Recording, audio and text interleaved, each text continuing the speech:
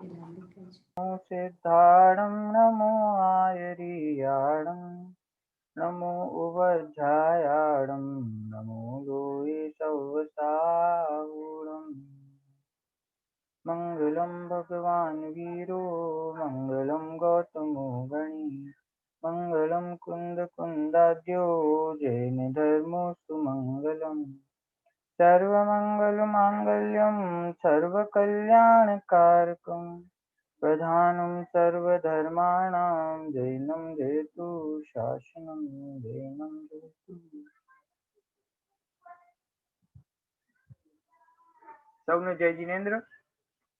2 વીકનો I think gap પડી ગયો વચ્ચે ક્લાસમાં, but now we are back.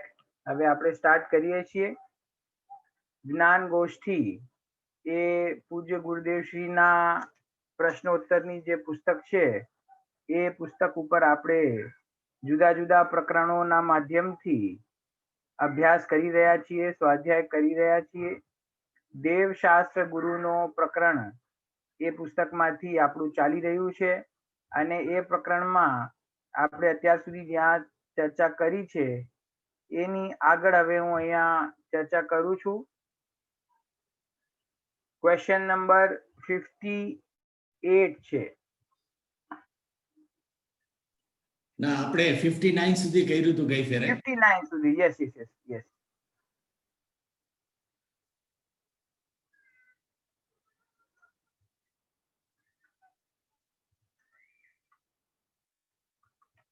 Okay, 59 નંબરનો જે ક્વેશ્ચન છે એની ચર્ચા આપણે કરી હતી.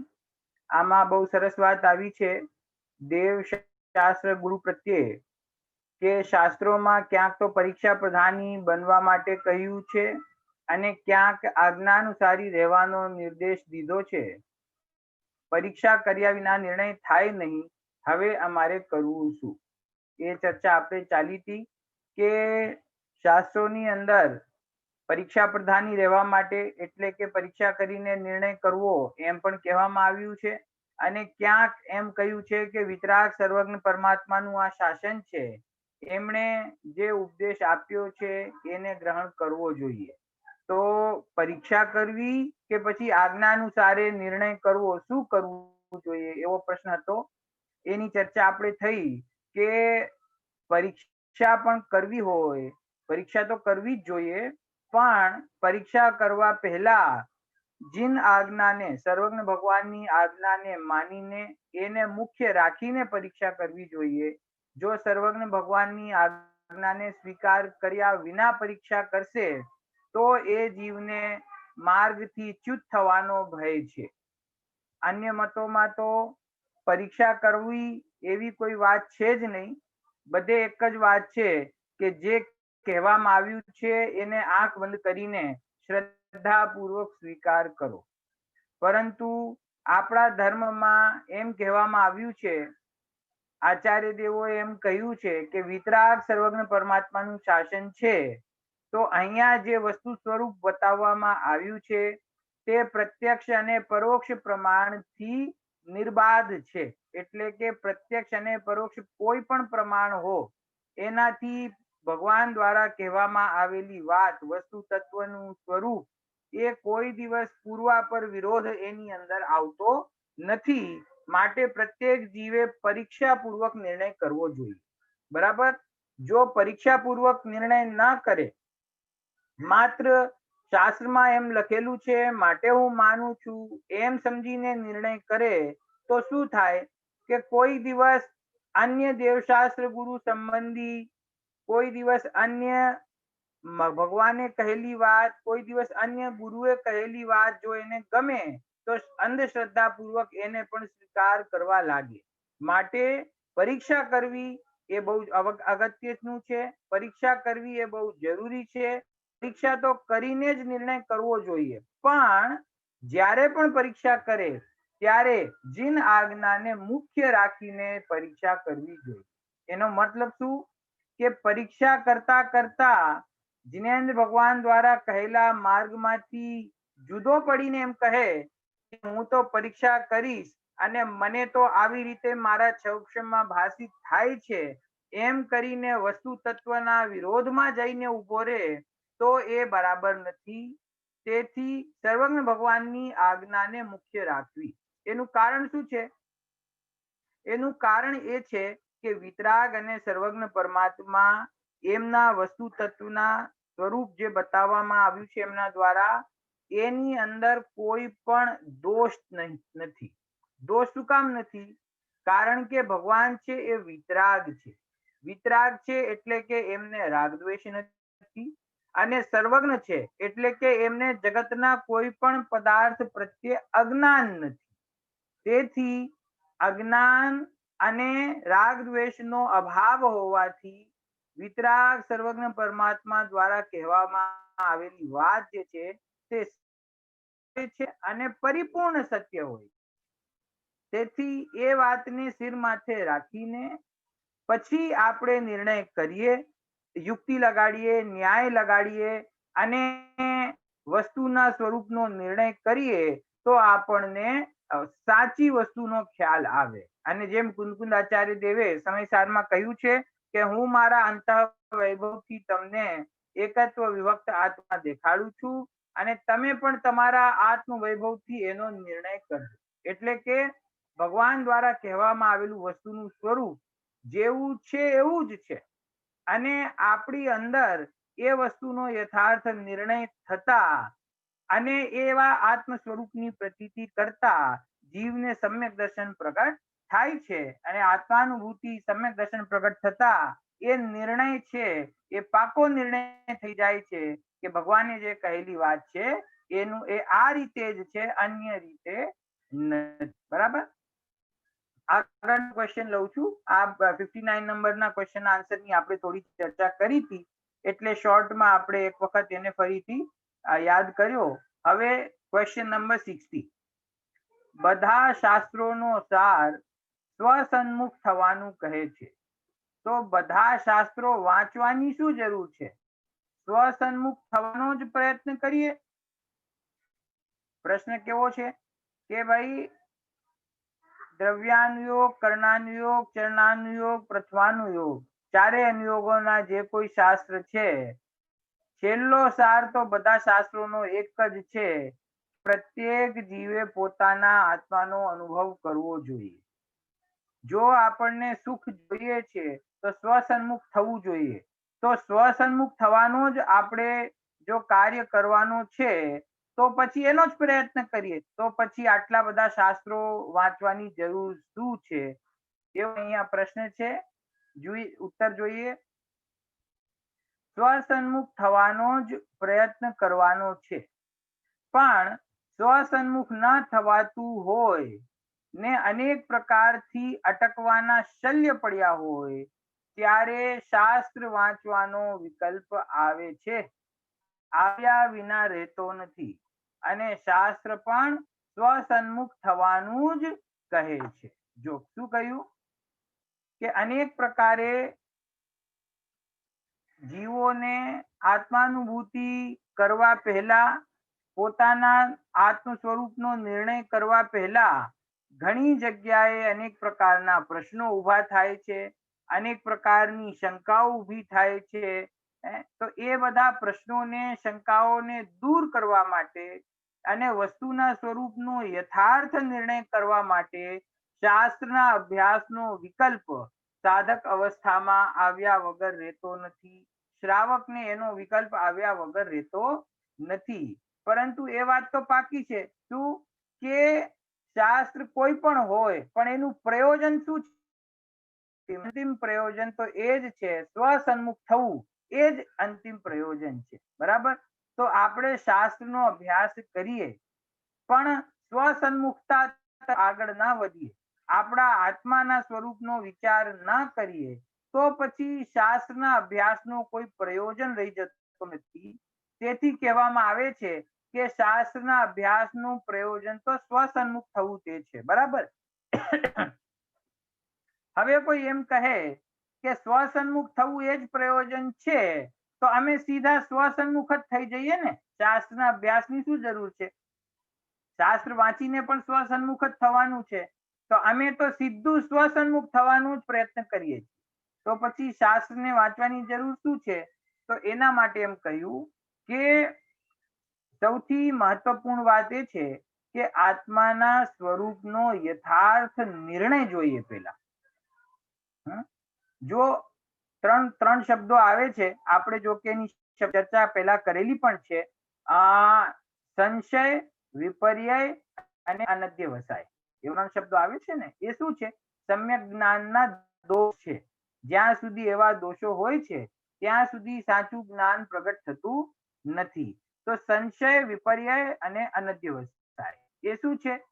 કે કોઈ પણ વિષયમાં સંશય હોવું, હે, એ સંશય નામનું અજ્ઞાન છે અથવા વિપરીત જ્ઞાન છે. વિપર્ય, બે વિપરીત કોટીને સ્પર્શ કરવા વાળું જ્ઞાન, એનું નામ વિપર્ય છે. માફ કરજો, વિપરીત કોટીને સ્પર્શ કરવા વાળા જ્ઞાનને વિપર્ય કહે છે. અને બે કોટીઓને સ્પર્શ કરવા વાળા જ્ઞાનને સંશય કહે છે.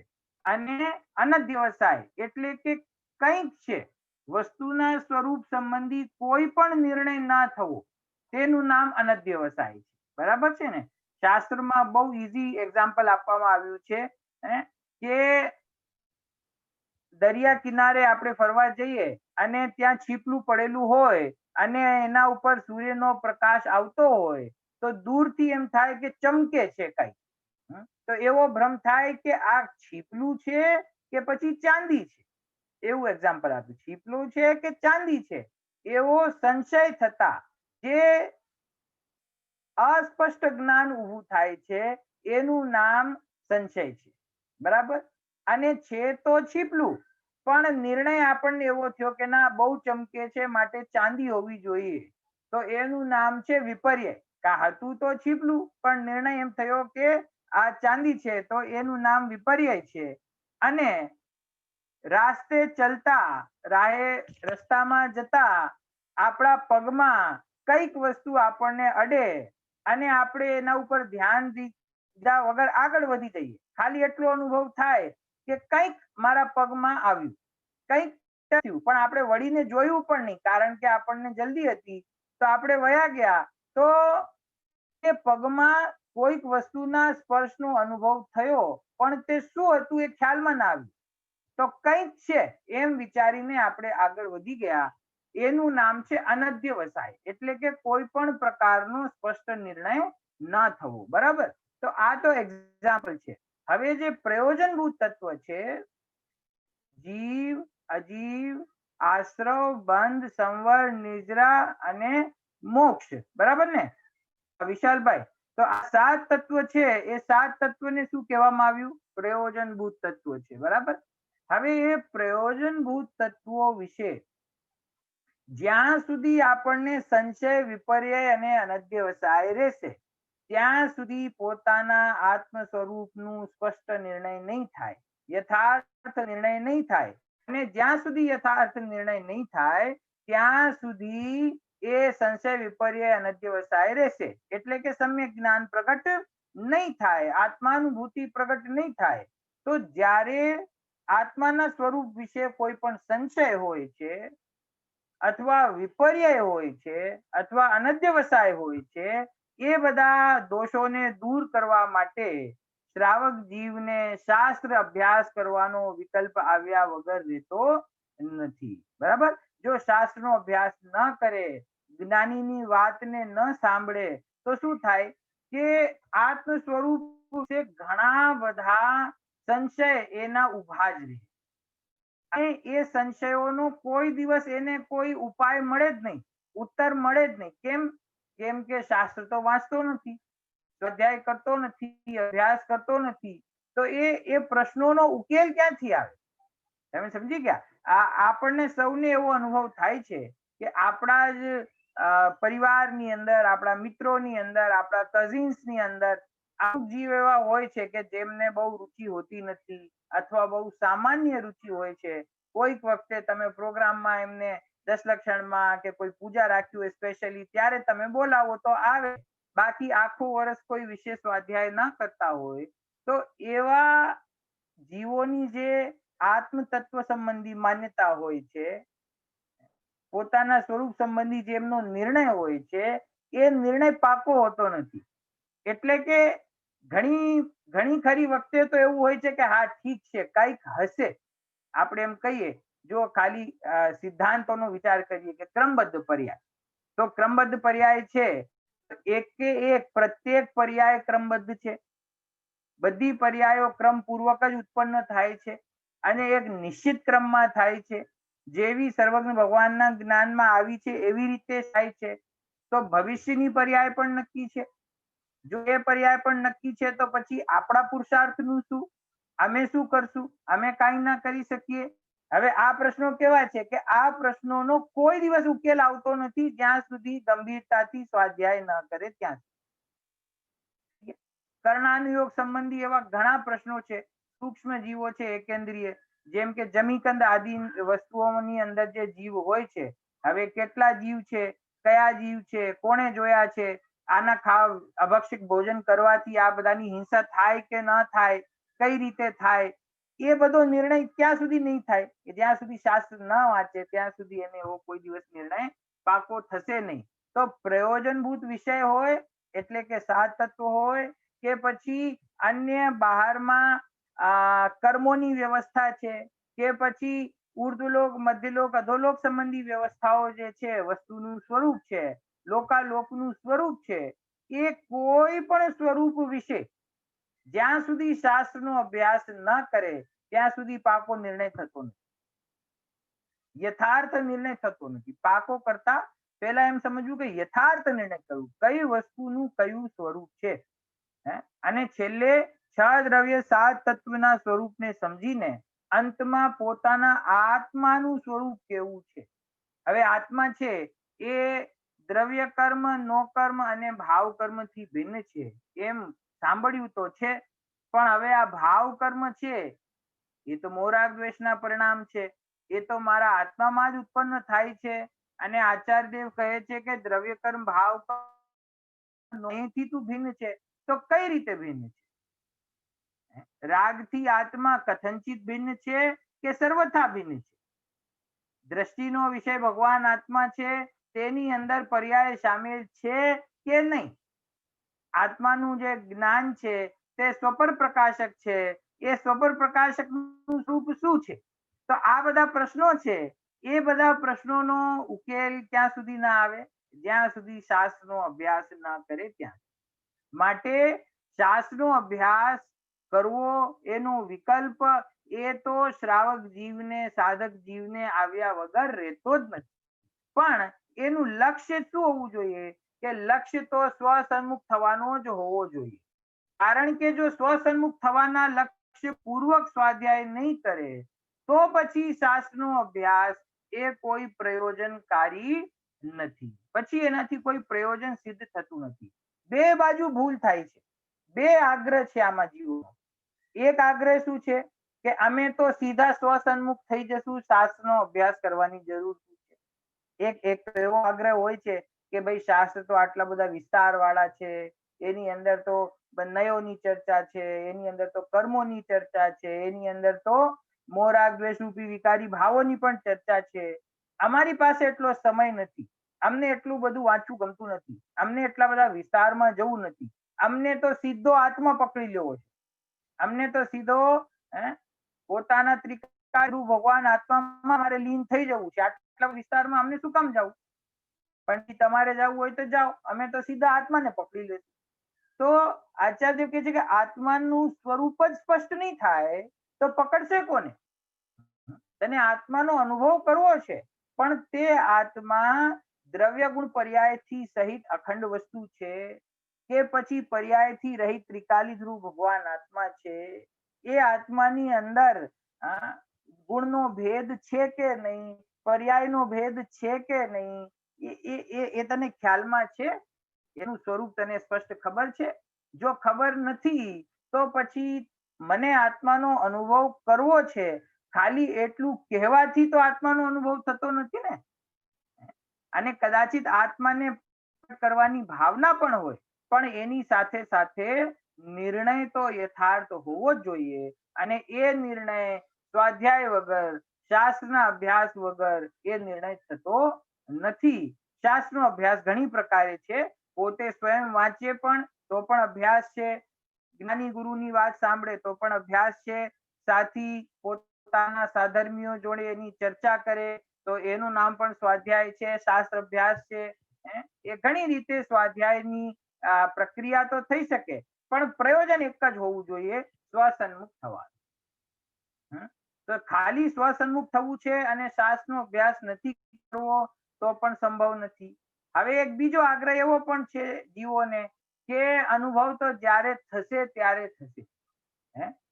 બહુ ચિંતા ના કરવી, એ તો બહુ હજી દૂરની વાત છે સમ્યક દર્શન. તો પહેલા આપણે અભ્યાસ તો કરી લઈએ, પહેલા આપણે શાસ્ત્ર તો વાંચી લઈએ, તો પછી શું થાય છે, એવા જીવ જેમને પોતાના આત્મ સ્વભાવની રુચિ અંદરથી જાગૃત થતી નથી, એમાં ઉત્સાહ આવતો નથી, પરંતુ શાસ્ત્રનો અભ્યાસ કરવામાં ઉત્સાહ આવે છે, તો શું થાય છે, એવા જીવ દ્રવ્યાનુયોગ, કર્ણાનુયોગ, ચરણાનુયોગ, વ્રતાનુયોગ બધા શાસ્ત્રોનો અભ્યાસ કરે છે. અને અભ્યાસ કરીને એમના ક્ષયોક્ષમમાં વૃદ્ધિ પણ થાય છે. અને ક્ષયોક્ષમમાં વૃદ્ધિ થતા એમને એ વાતનું અભિમાન પણ થાય છે, શાસ્ત્રોનો અભ્યાસ કરેલો છે. અમે તો વર્ષોથી આટલા શાસ્ત્રોના, અમે તો કર્ણાનુયોગનો પણ સૂક્ષ્મ અભ્યાસ કરેલો છે. ગુણસ્થાન આદિનો અથવા માર્ગના સ્થાન આદિનો એવા ઘણા વિષયો છે કર્ણાનુયોગના, જે સામાન્ય લોકોને ખ્યાલમાં નથી હોતા. અમને તો એ પણ ખ્યાલમાં છે, અમે તો ઘણા બધા શિબિર અટેન્ડ કરેલા છે, બરાબર ને. તો એ જીવને શું છે કે શાસ્ત્રને વાંચીને યાદ રાખવાની, ધારણામાં પોતાના રાખવાની એની રુચિ તો છે, પણ એનું જે પ્રયોજન છે કે તને સ્વસન્મુખ થઈને પોતાના આત્માને પ્રાપ્ત કરવો છે, અતિન્દ્રિય આનંદ પ્રગટ કરવો છે, એ પ્રયોજન પાછળ છૂટી જાય. શાસ્ત્રના અભ્યાસ કરતા શું થાય છે ભૂલ, કે શાસ્ત્રનો અભ્યાસ કરે છે પણ એનું જે પ્રયોજન છે, પ્રયોજન શું, કે મને હું મારો ત્રિકાળી ધ્રુવ ભગવાન આત્મા મારી પ્રતીતિમાં પ્રગટ થાય, એ વાત એને ભૂલાઈ જાય છે, એ વાત એને ગૌણ થઈ જાય છે. તેથી તે જીવ શાસ્ત્ર અભ્યાસમાં રોકાઈ જાય છે. તો એને કહે છે કે સ્વસન્મુખ ન થાય તો શાસ્ત્રનો અભ્યાસ પ્રયોજનકારી નથી. મને કદાચ એવો ખ્યાલ છે, મેં એક બે વખત પહેલા ક્લાસમાં તમને બતાવ્યું છે કે જે દ્રવ્યલિંગી મુનિરાજ હોય છે ને, દ્રવ્યલિંગી મુનિરાજ, કયા દ્રવ્યલિંગી મુનિરાજ, કે જે સ્વર્ગમાં જાય છે, ગ્રેવેકમાં જાય છે. 9મા ગ્રેવેકમાં જવાની વાત આવે છે ને, કે અજ્ઞાની જીવ વધારામાં વધારે ક્યાં જઈ શકે, 9મા ગ્રેવેકમાં. તો એ 9મા ગ્રેવેકમાં કોણ જાય છે શ્રેષભાઈ? 9મા ગ્રેવેકમાં કોઈ નાના સૂના વ્યક્તિ જતા નથી. 9મા ગ્રેવેકમાં જવા વાળા જે મુનિરાજ છે ને, એ દ્રવ્યલિંગી મુનિરાજ હોય છે. અને એ કેવા દ્રવ્યલિંગી મુનિરાજ, કે જેમને 11 અંગ 9 પૂર્વનું જ્ઞાન છે. 11 અંગ 9 પૂર્વ એમના કંઠમાં વસે છે. એટલે જ્ઞાનની વાત થઈ ને, કેટલું જ્ઞાન છે, એ દ્વાદશાંગ થી થોડું ઓછું, 11 અંગ 9 પૂર્વ સુધીનું જ્ઞાન. અને ચારિત્ર કેવું છે, કે 5 મહાવ્રત અને 28 મૂળ ગુણ તથા મુનિરાજના આચરણ સંબંધી શાસ્ત્રમાં જેટલા નિયમો કહેવામાં આવ્યા છે, એ બધાનો નિર્દોષ પાલન, સદોષ નહીં હો, એમની ચર્યામાં કોઈ દોષ હોતો નથી, નિર્દોષ પાલન. અને જેમના વિશે જીનવાણીમાં કહ્યું છે, ઉદાહરણ આપ્યું છે કે કશાયની મંદતા કેટલી, કે એમના ઉપર કોઈ ગોળ ઉપસર્ગ કરે, એમની ચામડીને ચીરીને એની અંદર મીઠું ભરી દે તો એમને આટલો એક અંશ પણ ક્રોધ આવે નહીં, આંખની કોર પણ લાલ થાય નહીં. તો એટલી કશાયની મંદતા, 11 અંગ 9 પૂર્વનું જ્ઞાન અને જીનવાણીમાં કહ્યા અનુસાર આચરણનું શુદ્ધ પાલન, એવા જે દ્રવ્યલિંગી મુનિરાજ હોય છે ને, એ દ્રવ્યલિંગી મુનિરાજ જ 9મા ગ્રેવેકમાં જાય છે મનુષ્ય દેહ છોડીને, બરાબર. હવે અહીંયા પ્રશ્ન મારો એ છે કે આટલું બધું જ્ઞાન છે, આટલું ચારિત્રનું પાલન છે, આટલી કશાયની મંદતા છે, તો પછી બાકી શું રહી ગયું? એમને કેમ જીનવાણીમાં મિથ્યા દ્રષ્ટિ દ્રવ્યલિંગી મુનિરાજ કહ્યા છે? એવી કઈ વાત એમને બાકી રહી ગઈ છે કે એમને સ્વર્ગ તો મળે છે પરંતુ મોક્ષ મળતું નથી? એનું કારણ શું છે કે કારણ એક જ છે કે શાસ્ત્રના અભ્યાસના વિસ્તારમાં તો ગયા, ચરિત્રના પાલનમાં તો ગયા, પરંતુ સ્વસન્મુખ ના થયા. એક જ કામ જાય છે કે એમણે પોતાના આત્મા સંબંધી રુચિ જાગૃત થતી નથી. જો આશ્ચર્ય, 11 અંગ 9 પૂર્વનો અભ્યાસ પણ આત્માનો અનુભવ નહીં. શું કામ એવું થાય છે?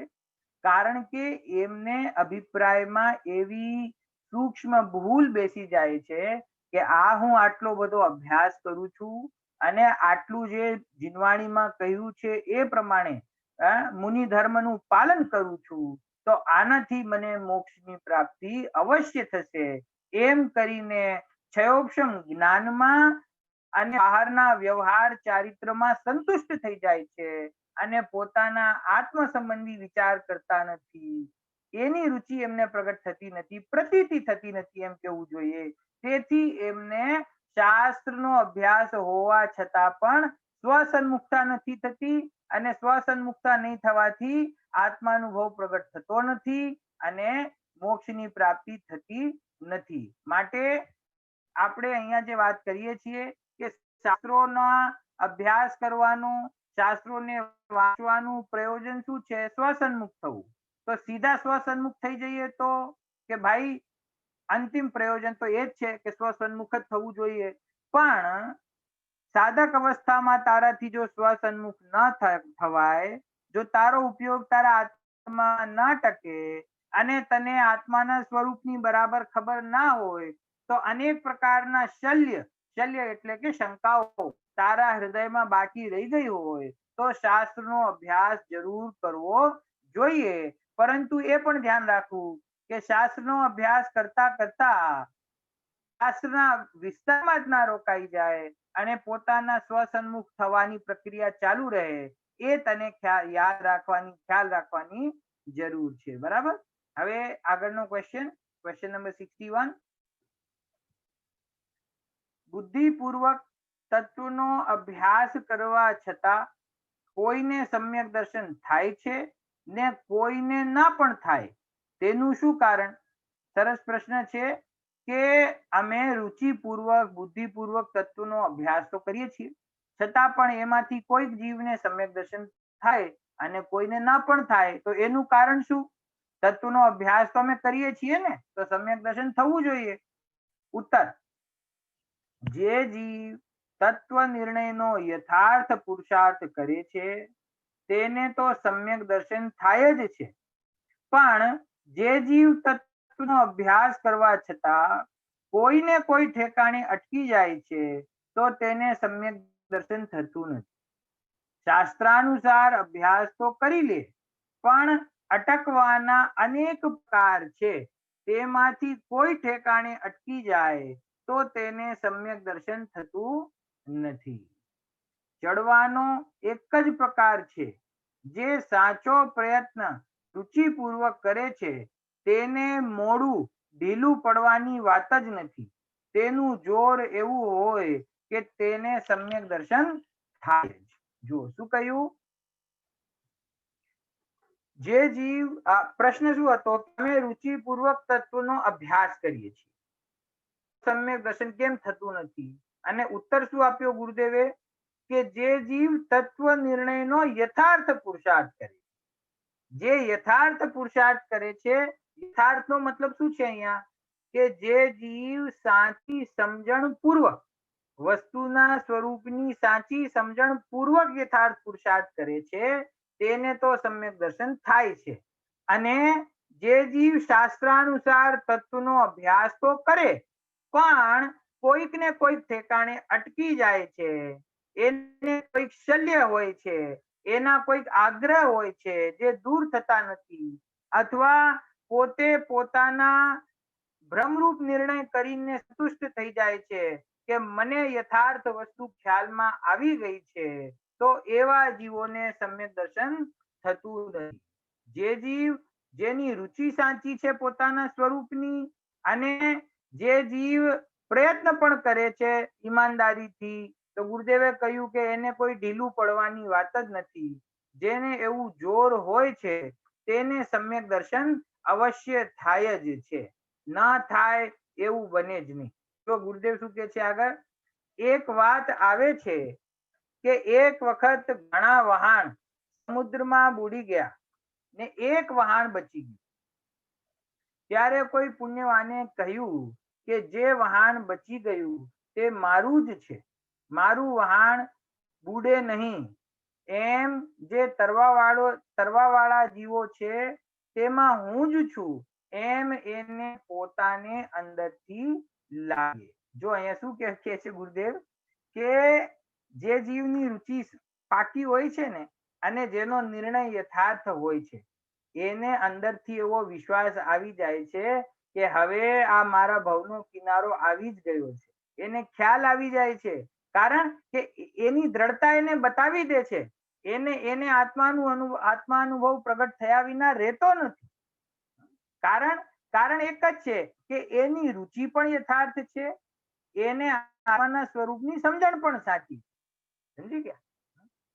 હોશિયાર સ્ટુડન્ટ હોય ને બધા, તો એ એક્ઝામ દઈને આવે ને એટલે છોકરો જે હોશિયાર હોય ને પોતે કહી જ દે કે ભાઈ આ વખતે મને છે ને મેથ્સમાં 100 માંથી 100 આવવાના છે, મને ખબર છે. એને પહેલાથી ખબર જ હોય છે કે મને આટલા માર્ક્સ આવવાના છે, અને એને આવે પણ. શું કામ? એમ કે મેં તૈયારી એટલી કરેલી ને, એને ખબર હોય કે મેં કોન્સેપ્ટ બધા પરફેક્ટ રીતે સમજેલા છે, પરફેક્ટ રીતે હું એક્ઝામમાં લખીને આવ્યો છું અને મારો નિર્ણય સાચો છે, એટલે મને આટલા નંબર આવશે જ, એને કોન્ફિડન્સ હોય છે. એવી જ રીતે જે જીવ રુચિપૂર્વક યથાર્થ સમજણપૂર્વક અભ્યાસ કરે છે એ જીવને સમ્યક દર્શન ન થાય એવું બનતું જ નથી. તો પછી તત્વનો અભ્યાસ તો બધા કરે છે, બધાને કેમ થતો નથી? તો કે છે કે બધાને એટલા માટે થતો નથી કારણ કે ક્યાંક ને ક્યાંક કોઈક ને કોઈક શલ્યમાં અટકી જાય છે. અટકવાના રસ્તાઓ ઘણા છે, એમાંથી કોઈક ને કોઈક જગ્યાએ આપણે આપણા અભિપ્રાયની ભૂલથી ત્યાં અટકી જઈએ છીએ, માટે સમ્યક દર્શન થતું નથી. જો એની પણ 2-3 એક્ઝામ્પલ થી આપણે ચર્ચા કરીએ કે સૌથી પહેલા તો આત્માના સ્વરૂપનો વિચાર તો આપણે કરીએ છીએ, પણ આત્માનુભૂતિ કેમ થતી નથી? તો એમાં સૌથી સ્થૂળ કારણ છે એ તો એ છે કે 5 ઇન્દ્રિયના વિષયોમાંથી બુદ્ધિ છૂટતી નથી. અભ્યાસ તો ઘણો કરીએ છીએ, પણ શું થાય છે કે 5 ઇન્દ્રિયના જે વિષય સુખ છે એમાં ખરેખર સુખ નથી, એને ભોગવીને હું સુખી નહીં થઈ શકું એવો પાકો નિર્ણય હજી સુધી થયો નથી. કેમ નથી થયો? એનું પ્રૂફ શું છે કે આખો દિવસ 24 કલાક એક શાસ્ત્રનો થોડો અભ્યાસ કરે, મંદિરે થોડી વાર જાય, એ અડધી પોણી કલાક 1 કલાક આપણે છોડી દઈએ તો આખો દિવસ એકમાત્ર 5 ઇન્દ્રિયના વિષય ભોગોને એકત્રિત કરવામાં આપણો સમય જાય છે. એ તરફ આપણે પુરુષાર્થ કરીએ છીએ, એનાથી ખ્યાલ આવે છે કે અંદરમાં ક્યાંક તો એમ રહેલું જ છે કે આ 5 ઇન્દ્રિયના વિષયો, એ સંયોગો મને મળી જાય, આ વૈભવ મને મળી જાય, પૈસા મારા ભેગા થઈ જાય તો હું અને મારો પરિવાર બધું સુખી થઈ જશે. એટલે 5 ઇન્દ્રિયના વિષયોમાં સુખ બુદ્ધિ છૂટતી નથી, તો આત્મા તરફનો સાચો પુરુષાર્થ એને ઉપડતો નથી. જો પ્રથમાન યોગની અંદર જેટલી કથાઓ છે ને, તો એની અંદર કોઈ પણ રાજા છે અથવા કોઈ પણ વ્યક્તિ છે, એ જ્યારે મુનિરાજ પાસે જાય અને એમને કોઈ ઉપદેશ આપવા માટે નિવેદન કરે છે ને, તો એ બધી જગ્યાએ એક જ શબ્દ લખેલો છે કે હે ભગવાન, હું હવે સંસારથી થાક્યો છું, હું હવે સંસારથી ગભરાઈ ગયો છું, હવે મને સંસારથી ભય લાગે છે, તો કૃપા કરીને તમે અમને સુખનો માર્ગ બતાવો. બરાબર? તો આ સુખનો માર્ગ કેવો છે? જેને સંસારથી ભય લાગ્યો હોય ને એના માટે આ માર્ગ છે. જેને હજી સંસારમાં જ રુચિ પડે છે, સાંસારિક કાર્યોમાં જ આનંદ આવે છે, 5 ઇન્દ્રિયોના વિષય ભોગ ભોગવીને જે પોતાને સુખી માને છે, એના માટે આ માર્ગ જ નથી. છોટે દાદા છે ને હુકમચંદજી, એ આમ એક મનોવિન કરતા એવો કે હું એક જગ્યાએ પ્રવચન કરવા માટે ગયો અને 6 ડાળા ઉપર પ્રવચન કરતા હતા. તો 6 ડાળાના પ્રવચનમાં એ વાત આવી. શું વાત આવી? કે સંસારના સમસ્ત જીવો દુઃખી છે અને સુખી થવા ઈચ્છે છે. તો કે એમને કહ્યું કે બધા સંસારી જીવો દુઃખી છે. તો એ હાથ ઊંચો કર્યો, બોલો કે સાહેબ તમે કહો છો બધા જ સંસારી જીવો દુઃખી છે, પણ અમે તો કોઈ દુઃખી નથી. તમને કોણે કહ્યું બધા સંસારી જીવો દુઃખી છે? અમે તો એકદમ સુખી છીએ. એકદમ સારો વેપાર, સારો પરિવાર, મોટું ઘર, મોટી ગાડી, અમારી પાસે બધું જ છે. અમારી સાથ બેસીને ખાય એટલો પૈસો છે અમારી પાસે, તો અમને તો કોઈ દુઃખ છે જ નહીં. તો તમે એમ કહો છો કે આપણે સુખી થવાનો પ્રયત્ન કરીએ છીએ, એ કે અમારા બાપ દાદાએ ખૂબ પ્રયત્ન કરી લીધો અને અમે બધા સુખી થઈ ગયા, કારણ કે એટલું મૂકી ગયા છે, ઘરે બેસીને ખાઈએ તો પૂરું ના થાય, તો અમે તો સુખી જ છીએ. તો જેને સાંસારિક સુખમાં સુખ લાગે છે, પાંચ ઇન્દ્રિયના વિષય ભોગમાં આનંદ આવે છે, એને સમ્યક દર્શન પ્રાપ્ત કરવાની અંદરથી કોઈ રુચિ પણ નથી હોતી અને એને પ્રાપ્ત થતો પણ નથી. એક વાત. હવે એમાં આપણે કયા લેવલ ઉપર છીએ, આપણે પોતાના હૃદય ઉપર હાથ રાખીને વિચાર કરી લ્યો. બરાબર. હવે એનાથી આગળ કે ખરેખર રુચિ છે, ખરેખર કોઈ જીવ એવો છે કે જેને પાંચ ઇન્દ્રિયના વિષય ભોગોમાં સાચું સુખ નથી, એ વાત ખ્યાલમાં આવી છે. ખરેખર પોતાના આત્માને પ્રાપ્ત કરવાની તાલાવેલી જેને થઈ છે અને પોતાના સ્વરૂપનો જે વિચાર કરે છે, હવે એ જીવને ક્યાં અટકવાના ચાન્સ છે? પહેલી વાત, દ્રવ્યાનુયોગ, કર્ણાનુયોગ, ચરણાનુયોગ, પ્રથમાનુયોગ, જે 4 અનુયોગ છે, એ ચારેય અનુયોગોનું સંતુલન એને ખ્યાલમાં આવવું જોઈએ. કોઈકને એમ થાય કે હું ખાલી આત્માની જ વાત કરીશ, બીજું બધું નકામું છે, તો એ ભક્ષ્ય ભક્ષનો વિવેક ન રાખે, એ પોતાના પરિણામોને ન સંભાળે અને માત્ર આત્માની વાત કરે તો એ અટકી પડશે, મોક્ષ માર્ગમાં આગળ નહીં વધી.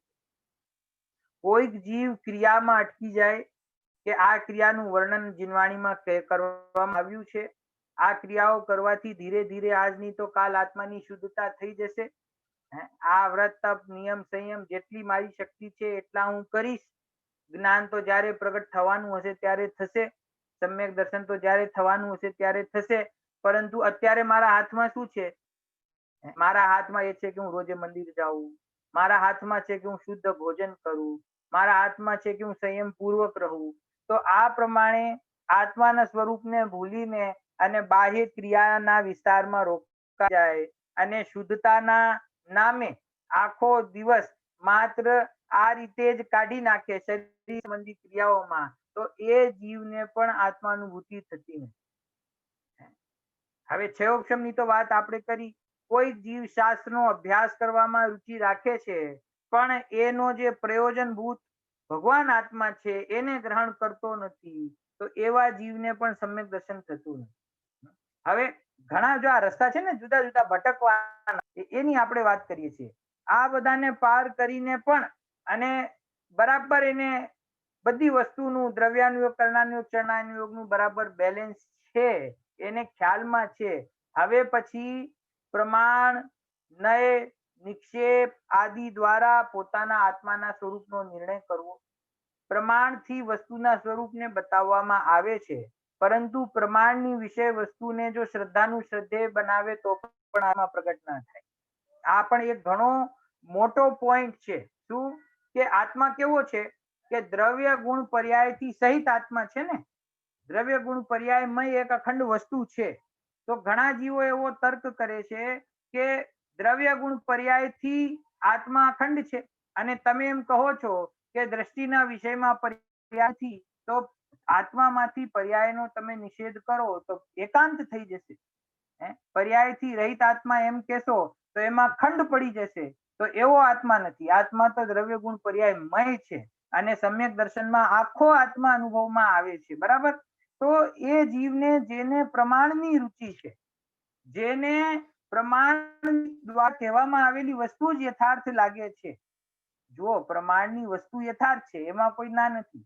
પ્રમાણથી બતાવવામાં આવેલી વસ્તુ એ વસ્તુનું આખું સ્વરૂપ છે, પરંતુ એને શ્રદ્ધાનું શ્રદ્ધેય બનાવવાથી અનુભૂતિ પ્રગટ થતી નથી. તો પ્રમાણથી આગળ વધીને નયમાં આવવું પડે. નયમાં આવે અને એમાં નિશ્ચય નય અને વ્યવહાર નય આદિ અનેક ભેદો છે. વ્યવહાર નહીંના 4 ભેદ છે, નિશ્ચય નહીંના 4 ભેદ છે. એ ભેદોમાં જો અટકે તો પણ એને આત્મા પ્રાપ્ત થાય નહીં. દ્રવ્ય કર્મ તો મારાથી જુદું છે એટલું ખ્યાલ આવે, પણ ભાવ કર્મમાં અટકે. હું દ્રવ્ય કર્મ નો કર્મ ભાવ કર્મથી જુદો છું. ભાવ કર્મથી હું ભિન્ન છું કે નહીં? બોલો. હા, ભાવ કર્મ એટલે શું? ભાવ કર્મની તો પરિભાષા જ જીનવાણીમાં કઈ છે? આત્મામાં ઉત્પન્ન થવા વાળા મોહરાગ દ્વેષના ભાવ. શું છે? આત્મામાં ઉત્પન્ન થવા વાળા મોહરાગ દ્વેષના ભાવ. એનાથી આત્મા ભિન્ન છે કે નહીં? પેલો પ્રશ્ન. ભિન્ન છે તો કથનચિત ભિન્ન છે કે સર્વથા ભિન્ન છે? બીજો પ્રશ્ન. હવે એનો ઉત્તર શું છે? બોલો. આત્મામાં રાગ છે કે નહીં? તો આત્મામાં રાગ છે કે નહીં? આત્મા રાગથી ભિન્ન છે કે નહીં? હવે આ અટકવાના રસ્તા ઘણા છે. કારણ કે ગુરુદેવ એમ કહે કે આત્મા તો રાગથી સર્વથા ભિન્ન છે, અને ટોડરમલજી એમ કહે કે વિકારી પરિણતિને પોતાનાથી સર્વથા ભિન્ન માને તો નિશ્ચયાભાસી થઈ જાય. આત્મામાં ઉત્પન્ન થતો પોતે હજી રાગી છે અને એ માનવા માંડે કે હું તો સિદ્ધની જેમ શુદ્ધ છું, તો કે છે એ નિશ્ચયાભાસી છે. તો જ્યાં આત્મા રાગથી સર્વથા ભિન્ન કહેવામાં આવ્યો છે તેની અપેક્ષા શું છે? જ્યાં કથનચિત ભિન્ન કહેવામાં આવ્યો છે તેની અપેક્ષા શું છે? અને જ્યાં રાગથી સહિત રાગી આત્મા છે એમ કહેવામાં આવ્યું છે તેની અપેક્ષા શું છે? એ બરાબર જો ખ્યાલમાં ના આવે તો પછી એ મોક્ષ માર્ગમાં જીવ આગળ વધી શકે નહીં. અટકવાના રસ્તા ઘણા છે. માટે અહીંયા આપણે જે ચર્ચા કરીએ છીએ વિષયની, કે આત્મા સંબંધી યથાર્થ પુરુષાર્થમાં સૌથી મહત્વપૂર્ણ વસ્તુ છે સાચી સમજણ પૂર્વક પુરુષાર્થ હોવો જોઈએ. અને પોતાના આત્માને પ્રગટ કરવાની ભાવના હોય, એ ભાવના છે એ તો બહુ સારી વાત છે, ભાવના તો હોવી જ જોઈએ, પણ ભાવનાની સાથે સાથે યથાર્થ સમજણ પણ જોઈએ. યથાર્થ સમજણ વગર આત્મા પ્રાપ્ત થતો નથી. આ ભાવનાનો માર્ગ છે, પણ માત્ર ભાવનાનો માર્ગ નથી. ખાલી કોઈ હું આત્મા છું, હું આત્મા છું, હું આત્મા છું એમ આત્માના નામની માળા જપે તો એનાથી આત્મા પ્રાપ્ત થતો નથી.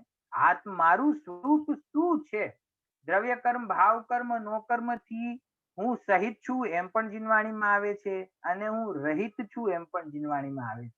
આ શરીર મારું છે એમ પણ જીનવાણીમાં કહ્યું છે, અને શરીરથી હું સર્વથા ભિન્ન છું એમ પણ જીનવાણીમાં કહ્યું છે.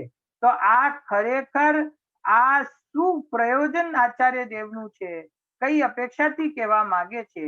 એ જે જીવને સાચી સમજણ એની હોય છે એ જીવ નિર્વિકલ્પતાથી આગળ વધીને અને આત્માને પ્રાપ્ત કરે છે. અને જે સાચી સમજણ પૂર્વક આગળ વધતો નથી એ જીવ ક્યાંક ને ક્યાંક અટકી જાય છે. માટે આત્માને પ્રાપ્ત કરવું સહેલું છે એમ પણ જીનવાણીમાં આવે છે, કારણ કે હું જ છું. ત્રિકાળી ધ્રુવ ભગવાન આત્મા હું જ છું, તો એને પ્રાપ્ત કરવું કેટલું અઘરું હોય? પોતાના જ્ઞાનમાં પ્રગટ આત્મા છે એનો સ્વીકાર કરો તો આત્મા પ્રાપ્ત થાય એમ વાત આવી છે. અને બીજી બાજુ એમ પણ કહ્યું છે, નિજ વજ્ર પૌરુષ સે પ્રભો અંતર કલુષ સબ હર લીએ. સિદ્ધ પૂજામાં કે હે ભગવાન, તમે વજ્ર પુરુષાર્થ કરીને અંતરંગના સમસ્ત વિકારી ભાવોનો અભાવ કર્યો છે. એનો મતલબ શું? કે આત્માને પ્રાપ્ત કરવામાં વજ્ર પુરુષાર્થ જોઈએ એમ પણ વાત આવે છે. વજ્ર પુરુષાર્થ શું કામ કહ્યું? કારણ કે જ્ઞાનમાં નિર્ણયની યથાર્થતા અને એની સાથે પોતાના આત્માની પ્રતીતિ, એ બેનો બરાબર બેલેન્સ હોવો બહુ જરૂરી છે. અને એ રસ્તામાં જેટલી શંકાઓ આવે, જેટલા પ્રશ્નો આવે, એ બધાના ઉત્તરનો યથાર્થ નિર્ણય એ અઘરું છે, એમાં વાર લાગે છે. એના માટે જીવને અભ્યાસ કરવાની જરૂર છે, શાસ્ત્ર વાંચવાની જરૂર છે. માટે શાસ્ત્ર વાંચવાનો કોઈ નિષેધ કરે તો એને આત્મા પ્રગટ નહીં થાય, કારણ કે શાસ્ત્રના અભ્યાસ સિવાય વસ્તુના સ્વરૂપનો યથાર્થ નિર્ણય થતો નથી. અને એક બીજી બહુ ખાસ જરૂર છે બધા સાધક જીવોને, એ છે પક્ષપાત રહિત થઈને પોતા શાસ્ત્રને એટલે કે ભગવાનની વાણીને શિર માથે રાખીને કોઈ પણ પક્ષપાત રાખ્યા વગર હું આ પક્ષનો છું કે હું આ પક્ષનો છું, હું તો આ પંડિતજીને માનું છું, હું તો ઓલા પંડિતજીને માનું છું, હું આ ગુરુજીનો શિષ્ય છું, જ્યાં સુધી વ્યક્તિની પ્રધાનતા રહેશે ત્યાં સુધી પોતાના સ્વરૂપની પ્રધાનતા નહીં થાય. આપણો ધર્મ છે એ ભાવ પ્રધાન ધર્મ છે, એમ કહીએ છીએ ને આપણે. જૈન ધર્મ છે એ ભાવ પ્રધાન ધર્મ છે. અહીંયા ગુણોની પૂજા છે, અહીંયા કોઈ વ્યક્તિની પૂજા નથી. અડમોકાર મંત્રની અંદર અરહંત સિદ્ધ આચાર્ય ઉપાધ્યાય સાધુ એ પદોને નમસ્કાર છે, કોઈ પણ વ્યક્તિ વિશેષનું નામ લીધું નથી. આદિનાથ ભગવાનને પણ નમસ્કાર નથી અને મહાવીર ભગવાનને પણ નથી અને કુંકુંદાચાર્યને પણ નથી. અહીંયા પદની પૂજા છે અને કોઈ વ્યક્તિનું કદાચિત નામ પણ લેવામાં આવે છે તો એનું નામ એટલા માટે લેવામાં આવે છે કારણ કે જે ગુણો પ્રગટ કરવા યોગ્ય છે એ ગુણો એમણે પ્રગટ કર્યા છે. તો ખરેખર તો ગુણોની પૂજા છે. અમે તો વિતરાગતા અને સર્વજ્ઞતાની પૂજા કરીએ છીએ. અમે મહાવીર ભગવાનની પૂજા નથી કરતા કે સાહેબ મહાવીર ભગવાનની પૂજા તો કરો છો કે એટલા માટે કરીએ છીએ કે એમણે વિતરાગતા અને સર્વજ્ઞતા પ્રગટ કરી.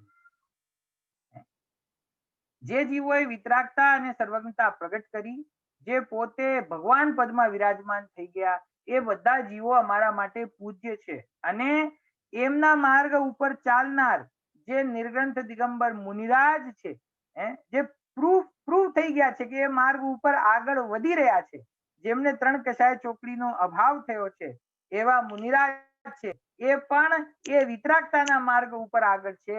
આત્માનુભૂતિ જેમણે પ્રગટ કરી છે, 3 કષાયોનો અભાવ કર્યો છે, એવા સમસ્ત મુનિરાજોને અમારા નમસ્કાર છે.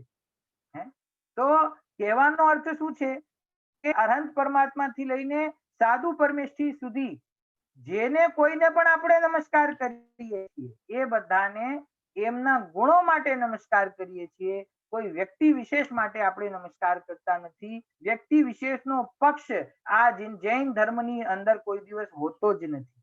કારણ કે તમે આજે કોઈ વ્યક્તિ વિશેષનો પક્ષ રાખો અને સમય વયો જશે અને એ વ્યક્તિનું નામ ભૂલાઈ જશે તો પછી એ ધર્મનું શું થશે? 24 ભગવાન છે ને, હું ઘણી વખત વિચાર કરું એવો 24 ભગવાન છે તો એમાં તમે મુખ્ય રૂપે વિચાર કરજો. આદિનાથ ભગવાનની પૂજા કરો છો, પછી શાંતિનાથ ભગવાનની પૂજા કરો છો અને પછી પાર્શ્વનાથ ભગવાનની અને પછી મહાવીર ભગવાનની. 24 તીર્થંકર માંથી 4 પરમાત્માની પૂજા કરીએ, બાકીના 20 ક્યાં ગયા? બાકીના 20 પણ પરમાત્મા છે કે નહીં? બાકીના 20 પણ અંતિમ 24 ના જ ભગવાન છે ને, છતાં પણ એમના નામો વિસ્મૃત થઈ ગયા અને 4 ના નામ મુખ્યત્વે યાદ રહ્યા. હવે આ કાળ વયો જશે અને આવતી 24 આવશે એટલે તમને શું લાગે છે બોલો? આદિનાથ ભગવાનને કોઈ નમસ્કાર કરશે કે નહીં? પછી કોઈને યાદ રહેશે કે નહીં કે કોઈ આદિનાથ કરીને પણ એક તીર્થંકર હતા કે મહાવીર કરીને પણ એક તીર્થંકર હતા? આવતી 24 આવશે તો આ બધાનું નામ ભૂલાઈ જશે. તો પછી આ બધા પરમાત્માઓને કોઈ નમસ્કાર કરવા વાળું નહીં રહે કે રહેશે ને? શું કામ નહીં રહે? કોઈ પણ જીવ જ્યારે પણ વિતરાગ અને સર્વજ્ઞ પરમાત્માને નમસ્કાર કરશે તો એના નમસ્કાર આદિનાથ ભગવાનને પહોંચી જશે અને મહાવીર ભગવાનને પણ પહોંચી જશે અને કુંકુંદ આચાર્ય પણ જો ત્યાં સુધી ભગવાન થઈ જશે તો એમને પણ પહોંચી જશે અને ગુરુદેવને પણ પહોંચી જશે અને અમારા તમારામાંથી પણ કોઈ ભગવાન થઈ જશે તો એને પણ પહોંચી જશે. તો એનો મતલબ શું કે અહીંયા કોણ મુખ્ય છે અને કોણ ગૌણ છે? અહીંયા વિતરાગતા અને સર્વજ્ઞતા એ ગુણો મુખ્ય છે, બીજું કાંઈ અહીંયા મુખ્ય છે નહીં.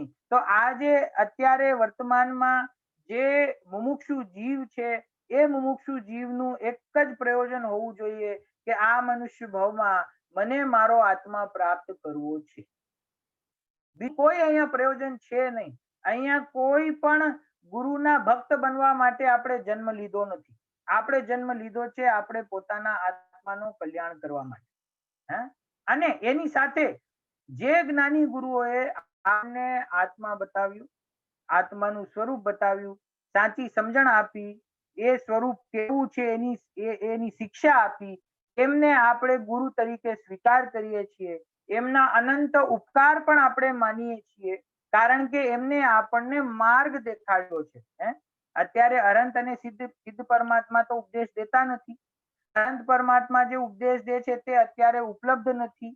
અને જ્ઞાની ગુરુઓ એટલે કે મુનિરાજો, 6ઠા 7મા ગુણસ્થાનવર્તી મુનિરાજો એ પણ અત્યારે સહેલાઈથી નજરે પડતા નથી. તો એવા કાળમાં બે જ વસ્તુ છે, કાં તો શાસ્ત્ર છે અને કાં પછી ગ્રહસ્થ જ્ઞાની ગુરુ છે. તો એ જ્ઞાની ગુરુઓનો અને શાસ્ત્રોનો આપણે અનંત ઉપકાર માનીએ છીએ. જ્ઞાની ગુરુ છે એમને આપણે કોઈક વખતે મહિમા એમ પણ કહીએ કે તીર્થંકર વત એમને કામ કર્યું છે. ગુરુદેવના ઉપકારને યાદ કરતા આપણે એમ કહીએ કે એમને તીર્થંકર જેવું કામ કર્યું છે. તીર્થંકર વત એમને આપણને આત્માની વાત સમજાવી છે. કારણ કે તીર્થંકર પણ સમવ શરણમાં આ જ સમજાવતા હશે ને, ગુરુદેવે આપણને સમજાવ્યું છે. તો આપણે એમનો એટલો મહિમા કરીએ છીએ. મહિમા એની જગ્યાએ છે અને પોતાના આત્માનો મહિમા એની જગ્યાએ હોવો જોઈએ. પોતાના આત્માને ભૂલીને ગુરુદેવનો મહિમા કરે તો કોઈ પ્રયોજનકારી નથી. અઘરી વાત છે. કારણ કે હું પરમાત્મા છું. ગુરુદેવ આપણે જેને ગુરુ કહીએ છીએ એમને આપણને શું શીખવાડ્યું કે હું પરમાત્મા છું એમ નક્કી કર, હું પરમાત્મા છું એમ નિર્ણય કર, હું પરમાત્મા છું એવો અનુભવ કર. તો આપણને આપણો મહિમા હોવો જોઈએ. કેમ કે હું અનંત ગુણોનો અનંત ધર્મોનો ધારી ત્રિકાળી ધ્રુવ શાશ્વત ભગવાન આત્મા છું ને, તો મારાથી આગળ વધીને કોણ છે? કોઈ નથી. અરહંત સિદ્ધ આચાર્ય ઉપાધ્યાય સાધુ જે 5 પરમ પદ કહેવામાં આવ્યા છે, એ 5 પદ છે ને એ આત્માની શરણ લેવાથી પ્રગટ થાય છે કે નહીં? તો મહિમા કોનો હોવો જોઈએ? અરંત દશાનો, સિદ્ધ દશાનો, કે અરંત દશા જ્યાંથી પ્રગટ થાય છે એવા પોતાના ભગવાન આત્માનો, સિદ્ધ દશા જેના આશ્રય પ્રગટ થાય છે એવા પોતાના ભગવાન આત્માનો. તો મહિમા પોતાના આત્માનો છે. પોતાના આત્માના સ્વરૂપની સાચી સમજણ પૂર્વક જે પ્રતીતિ કરવાનો યથાર્થ પુરુષાર્થ કરે છે, સાચા તત્વ નિર્ણયનો યથાર્થ પુરુષાર્થ કરે છે, એવા જીવને સમ્યક દર્શન અવશ્ય થાય છે. અને જે કોઈ જીવ ક્ષયોક્ષમના, એમ કેવું જોઈએ કે ક્ષયોક્ષમના ઘમંડના કારણે, કોઈ પણ પ્રકારના પક્ષના આગ્રહના કારણે અથવા પોતાની સાચી સમજણ નહીં હોવાને કારણે કોઈને કોઈ શલ્યમાં અટકી જાય છે, ક્યાંક સાચા અને પ્રામાણિક રસ્તાથી ભટકી જાય છે, એવા જીવોને સમ્યક દર્શન પ્રગટ થતું નથી. તો અહીંયા પ્રશ્ન હતો, શું પ્રશ્ન હતો કે અમે પ્રયત્નપૂર્વક બુદ્ધિપૂર્વક અમે અભ્યાસ તો કરીએ છીએ છતાં પણ કોઈકને સમ્યક દર્શન થાય છે અને કોઈકને સમ્યક દર્શન નથી થતું. તો એનું કારણ શું છે? તો એનું કારણ કહ્યું કે કારણ એ જ છે કે જે જીવ સાચી સમજણ પૂર્વક યથાર્થ પુરુષાર્થ કરે છે એને સમ્યક દર્શન થાય છે, અને જે જીવ તત્વનો અભ્યાસ કરવા છતાં કોઈક ને કોઈક ઠેકાણે અટકી જાય છે તેને સમ્યક દર્શન થતું નથી. જો આગળ ગુરુદેવે કહ્યું છે શાસ્ત્રાનુસાર અભ્યાસ તો કરી લે પણ અટકવાના અનેક પ્રકાર છે, તેમાંથી કોઈ ઠેકાણે અટકી જાય તો તેને સમ્યક દર્શન થતું નથી. પણ પાછું ફરીથી પ્રેરણા આપી કે જે જીવ સાચા પ્રયત્ન પૂર્વક સાચી રુચિ પૂર્વક પુરુષાર્થ કરે છે એને કોઈ પાછળ પડવાની વાત નથી. એને તો સમ્યક દર્શન થશે થશે અને થશે. કેમ? ઉદાહરણ આપી દીધું.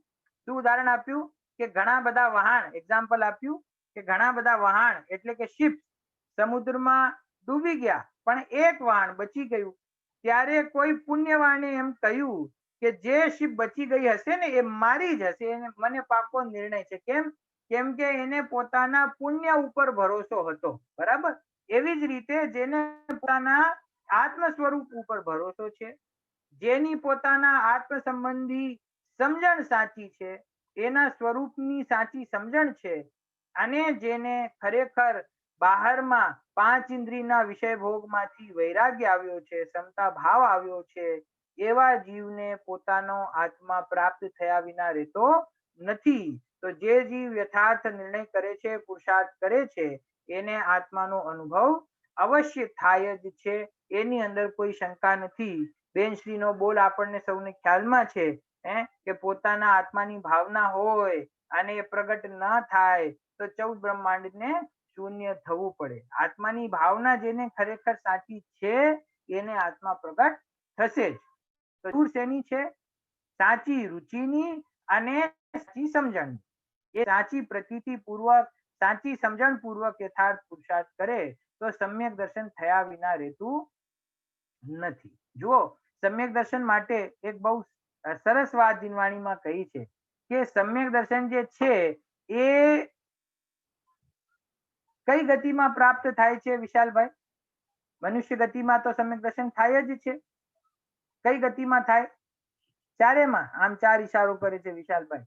મનુષ્ય ગતિમાં પણ થાય, દેવ ગતિમાં પણ થાય, તિર્યંચ ગતિમાં પણ પ્રાપ્ત થાય અને નરક ગતિમાં પણ પ્રાપ્ત થાય. તો એનો મતલબ શું છે કે સમ્યક દર્શન એટલો પણ અઘરો નથી. જો બહુ જ અઘરું હોય, બહુ જ અઘરું હોય, કોઈને પ્રાપ્ત થવા જેવું હોય જ નહીં, તો પછી ચારે ગતિ કેવી રીતે થાય? તો પછી તિર્યંચ ને કઈ રીતે થાય? પણ તિર્યંચ જીવ પણ પોતાના આત્માનો અનુભવ પ્રગટ કરે છે તો તિર્યંચ જીવ પણ સાચો પુરુષાર્થ કરી શકે છે. નારકી આટલી પ્રતિકૂળતામાં રહેવા છતાં સાચો પુરુષાર્થ કરી શકે છે. તો પછી આપણે તો કરી શકીએ છીએ, દેવો કરી શકે જ છે. તો સમ્યક દર્શન છે એ પ્રાપ્ત થવા વાળી વસ્તુ છે, નહીં પ્રાપ્ત થવા વાળી વસ્તુ નથી. બસ ખાલી એના માટે પુરુષાર્થની અંદર ઈમાનદારી જોઈએ અને જ્ઞાનની અંદર સાચી સમજણ જોઈએ. આત્મ સંબંધી સાચી સમજણ હોય અને એને પ્રગટ કરવાની ભાવના હોય એવા જીવને પરદ્રવ્યોથી, પરભાવોથી સહજ રૂપે વૈરાગ્ય આવે છે. વૈરાગ્ય છે ને લાવવો પડતો નથી. જેને પોતાના આત્માની રુચિ થાય એને બહારના વિષયોમાં વૈરાગ્ય આવ્યા વગર રહેતો નથી. પાંચ ઇન્દ્રિયના વિષયોમાંથી આપણે એમ કહીએ ને મુનિરાજને વૈરાગ્ય થઈ ગયું, તેથી એમણે બધા પરિગ્રહનો ત્યાગ કરીને દીક્ષા લીધી. તો આપણને બહુ અઘરું લાગે, તો મુનિરાજ આટલો બધો ત્યાગ કરી દીધો, બધા પરિગ્રહ છોડી દીધા. ધન્ય મુનીશ્વર આત્મ હિત में छोड़ दिया घर बार કે तुमने छोड़ दिया संसार. તમને અઘરું લાગે, મુનિરાજને લાગતું નથી. કેમ નથી લાગતું? એમને રુચિ અહીંયા થઈ ગઈ છે ને, એને બહારમાં કઈ ગમતું જ નથી. એને બહારમાં કોઈ સંયોગની અપેક્ષા છે જ નહીં. એને બહારમાં પરદ્રવ્યોમાં સુખ લાગતું જ નથી. તેથી એનો ત્યાગ કરવામાં એમને એક સેકન્ડ પણ લાગતી નથી. એમાં ત્યાગ કરતા કરતા કોઈ એમને દુઃખ થતું નથી કે ઓહો હવે હું આટલું વૈભવ છોડીને જાઉં છું તો હવે આનું શું થશે ને મારું શું થશે, એવો કોઈ વિચાર એમને હોતો નથી. કેમ? એમને પોતાના સ્વરૂપની લગ્ની લાગી છે ને, પોતાના સ્વરૂપમાં એમને સુખ ભાસ્યું છે. એટલે હવે બહારની વસ્તુઓનો ત્યાગ કરવામાં, એ સંબંધી વૈરાગ્ય માટે એમને કોઈ વિશેષ પુરુષાર્થ કરવો પડતો નથી. એ વૈરાગ્ય તો એમને સહજ પ્રગટ થાય. બરાબર છે? આપણને એમ લાગે કે આ જીવ આટલા બધા સંયોગોને, ઘરવાળાઓને મૂકીને, ધન સંપત્તિને મૂકીને જાય છે. ચક્રવર્તી જયારે દીક્ષા લેતા હશે, ભરત ચક્રવર્તીએ જયારે દીક્ષા લીધી હશે, કેવી રીતે લીધી હશે? છાખંડનું રાજ્ય એમની પાસે, 32,000 મુકુટબદ્ધ રાજા, દેવો પણ જેમને આવીને જેમની સેવામાં ઉપસ્થિત રહે, 96,000 રાણીઓ, 96 કરોડની સેના, આ બધું મૂકવામાં કેટલી વાર લાગી? કોઈકનો મોટો વેપાર હોય, એને એમ કહીએ કે થોડા સ્વાધ્યાયમાં આવો, ધર્મમાં લાગો, થોડા રિટાયર થઈ જાઓ, હવે ઉંમર થઈ ગઈ તમારી, તો કે 2-5 વર્ષ લાગશે હજી. કેમ? કે આ બધું બિઝનેસ મારો છે બધું સેટલ કરી દઉં ને, છોકરાઓને આપી દઉં, એને બરાબર એમની વિલ બનાવી દઉં, એમને બરાબર છૂટા કરી દઉં, પછી શાંતિથી પછી હું બધા હવે આવીશ નિર્વિકલ્પ થઈને. આટલો નાનો વેપાર હોય એમને 5 વર્ષ લાગી જાય મૂકવામાં, તો ચક્રવર્તીને દીક્ષા લેવામાં કેટલા વર્ષ લાગે? પણ એમને એક ક્ષણની વાર લાગતી નથી. જ્યારે વૈરાગ્ય આવે છે પછી એક ક્ષણ રોકાતા નથી અને એ બધાનો ત્યાગ કરતા એમને કોઈ દુઃખ પણ થતું નથી અને સમય પણ લાગતો નથી. શું કામ? કારણ કે અંદરમાં પોતાનો આત્મા હવે ગમી ગયો છે. અંદરમાં પોતાના આત્માની રુચિ પ્રગટ થઈ છે. ભજન છે કે નહીં? સંસાર લગ્ને લગા અબ અસાર, નિજ આત્મ કી સુધી આવી. જેને પોતાના આત્માની સુધ આવે છે એને પછી બહારમાં સહેજે કંઈ ગમતું નથી. તો આ રીતે પ્રશ્ન એ છે કે અમે તત્વનો અભ્યાસ કરીએ છીએ છતાં પણ સમ્યક દર્શન કેમ થતું નથી? કોઈકને થાય છે અને કોઈકને નથી થતું, એનું કારણ શું? તો કે છે કે જેને થાય છે એને સાચી સમજણ પૂર્વક, સાચી પ્રતિ પૂર્વક યથાર્થ પુરુષાર્થ કરે છે માટે થાય. અને જે જીવ કોઈ પણ એક જગ્યાએ અટકી જાય, એટલે કે સમજણ ના હોય બરાબર, અથવા તો આત્માની પ્રતીતિ ના હોય, રુચિ ના હોય, અથવા તો પુરુષાર્થમાં ઈમાનદારી ના હોય, તો એવા જીવને સમ્યક દર્શન પ્રગટ થતું નથી. એક વાત ધ્યાન રાખજો, પુરુષાર્થ સે હી મોક્ષ પ્રાપ્તિ, એ જે પ્રકરણ મોક્ષ માર્ગ પ્રકાશકમાં છે ત્યાં પણ આ જ પ્રશ્ન ઉઠાવવામાં આવ્યો છે કે શાસ્ત્રનો અભ્યાસ તો ઘણા જીવો કરે છે, ઉપદેશ તો ઘણા જીવો સાંભળે છે, તો કોઈકને સમ્યક દર્શન થાય છે અને કોઈકને નથી થતું, તો પછી પુરુષાર્થથી મોક્ષ પ્રાપ્તિ થશે એમ તમે શું કામ કહો છો? પુરુષાર્થ તો ઘણા જીવો કરે છે. તો પંડિત ટોડરમલજીએ બહુ સરસ વાત કહી છે કે ભાઈ પ્રવચન સાંભળવું એનું નામ કોઈ પુરુષાર્થ નથી. તું એમ સમજે છે કે હું દિવસના 4 પ્રવચન સાંભળું છું તો હું ઘણો પુરુષાર્થ કરું છું. પ્રવચન સાંભળવું એનું નામ પુરુષાર્થ નથી. તો પછી શેનું નામ છે? તો એમણે કહ્યું તત્વનો યથાર્થ નિર્ણય કરવો એનું નામ પુરુષાર્થ છે. ખાલી સાંભળવાનું નામ પુરુષાર્થ નથી. સાંભળવાથી સમ્યક દર્શન પ્રગટ નહીં થાય, વાંચવાથી પણ સમ્યક દર્શન પ્રગટ નહીં થાય. સમ્યક દર્શન થશે આત્માના યથાર્થ નિર્ણયથી, તત્વના યથાર્થ નિર્ણયથી. તો તત્વનો યથાર્થ નિર્ણય કરતા ટોડરમલજી સાહેબે એમ કહ્યું છે કે બાકી બધા જે સમવાય છે એ પોતાની મેળે ભેગા થઈ જાય છે. 5 સમવાય પૂર્વક કાર્ય થાય ને, તો એમને કહ્યું કે તત્વ નિર્ણયનો પુરુષાર્થ એ મુખ્ય છે. તત્વ નિર્ણયનો પુરુષાર્થ કરતા બાકી બધા સમવાયો પોતાની મેળે ભેગા થઈ જાય છે, એની ચિંતા ના કરવી, તત્વનો નિર્ણય કરવો. તત્વના નિર્ણયથી જે જીવ પુરુષાર્થ કરે છે એ જીવને સમ્યક દર્શન અવશ્ય થાય છે. તો એવી દેવશાસ્ત્ર ગુરુનો જે ઉપદેશ છે એ આત્માના સ્વરૂપનો ઉપદેશ છે. એ સ્વરૂપને હિતકારી માનીને એ સ્વરૂપને જે શ્રદ્ધાપૂર્વક સ્વીકાર કરે છે અને આત્માનુભૂતિથી એનો નિર્ણય કરે છે, એ જીવ સુખને અવશ્ય પ્રાપ્ત કરે છે. દેવશાસ્ત્ર ગુરુ આપણા માટે અત્યંત શ્રદ્ધેય છે. સાધક અવસ્થામાં પોતાના સ્વરૂપની સિદ્ધિ માટે તેઓ મુખ્ય નિમિત્ત રૂપે, પ્રધાન નિમિત્ત રૂપે છે. તેથી આપણે એમનો યથાર્થ અને હૃદયથી એમનો વિનય આપણા જીવનમાં હોવો જ જોઈએ, અને એ વિનય પૂર્વક જ એ માર્ગ ઉપર આપણે આગળ વધી શકીએ છીએ. એવી સરસ અહીંયા દેવશાસ્ત્ર ગુરુના પ્રકરણમાં ચર્ચા આવી છે. આ ચર્ચામાંથી અથવા તો પ્રીવિયસલી કોઈ પણ સબ્જેક્ટની કોઈને પ્રશ્ન હોય તો અત્યારે પૂછી શકો છો, નહીં તો પછી આપણે ચિનવાણી સ્તુતિપૂર્વક આજની કક્ષા પૂરી કરીએ છીએ.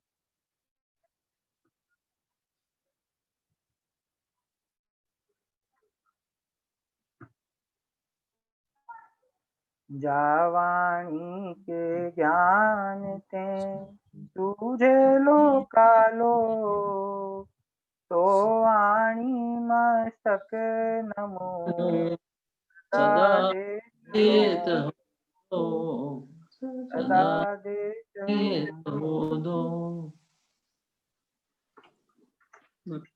જય જીનેન્દ્ર. ચાલો જય હિન્દ. બધા મજામાં?